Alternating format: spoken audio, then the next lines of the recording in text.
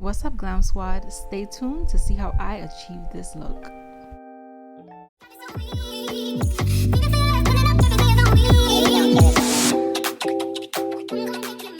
Hey beautiful people, I hope you guys are enjoying your day and your quarantine. So today I decided to do this fun, funky look. I haven't been feeling myself lately, so I get most of my inspiration at nighttime, so I achieved this look in like the middle of the night. Okay guys, the palette I'm going to be using is the Jaclyn Hill Bling Boss, and this is my first time using this palette, you guys, and I must say her shades and her pigments are pretty good. I really didn't think that this color was gonna actually show on my skin, but it's very buildable. This palette, she has cream pigments as well, and I use the purple, which is a cream base. You can use your hand with this, or you can use a brush. I was surprised that I was able to use a brush and it was able to blend out so seamlessly. With this look, I had literally no direction.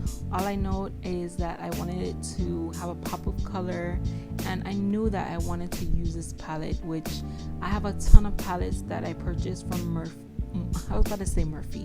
Morphe that I never really used. So I wanted to get into some palettes and see how they come out. So I must say that this palette is on the top of my list. Okay, this palette is really bomb. I'm gonna go in with a darker color. It does have a slight cream to it, and it also has little pigments of glitter as well. I know I don't really talk about brushes that often, but I must say my favorite brush for like the longest has been the Crayon Case, the pencil brushes. And with this, their brushes are so easy to clean. It's very easy to blend. Usually I use one blending brush to blend my whole eyeshadow look, which is amazing. Then I'm going to also be applying some highlight. In the palette, they do have some highlight colors, which are perfect for underneath the brow, on your cheeks, on your nose. I've been trying out this new technique where I don't put the P. Louise base on the eyeshadow. I would clean up the crease, you know, how I want it to look, and then I will apply the base. I know some people use Vaseline, but I think makeup wipes are just an easier, you know, less messy way to do it. And I find that this technique, it gives off a way cleaner look. Like, it just makes the look more sharp, more defined, and much more neater. So I'm going to be using this white base, and I'm just going to be carving out my crease.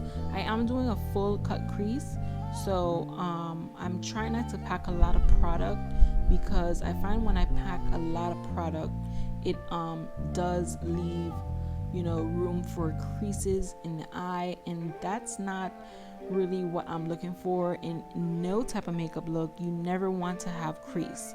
So after I finish up this, I'm going to usually I will powder it up, but since I am putting on a loose pigment eyeshadow, I just took a blending brush and just made sure that I packed it in, and it's not gonna be able to move. And here is my lovely stack of pigments. I am going to be going in with the yellow highlighter pigment just to give that pop of color, and I am going to be putting that on the top of my crease.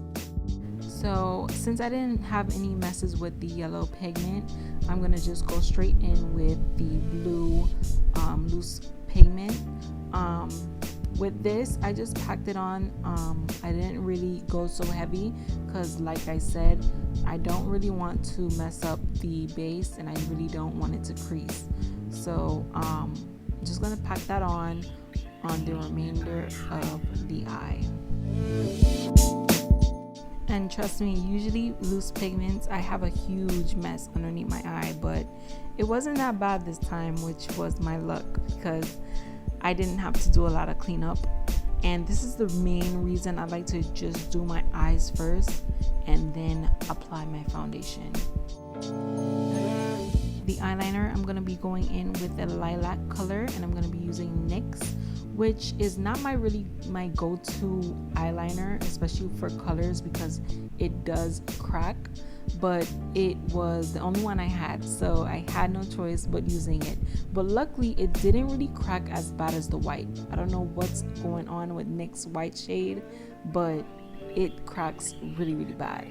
And then I'm going to outline that lilac color with black eyeliner.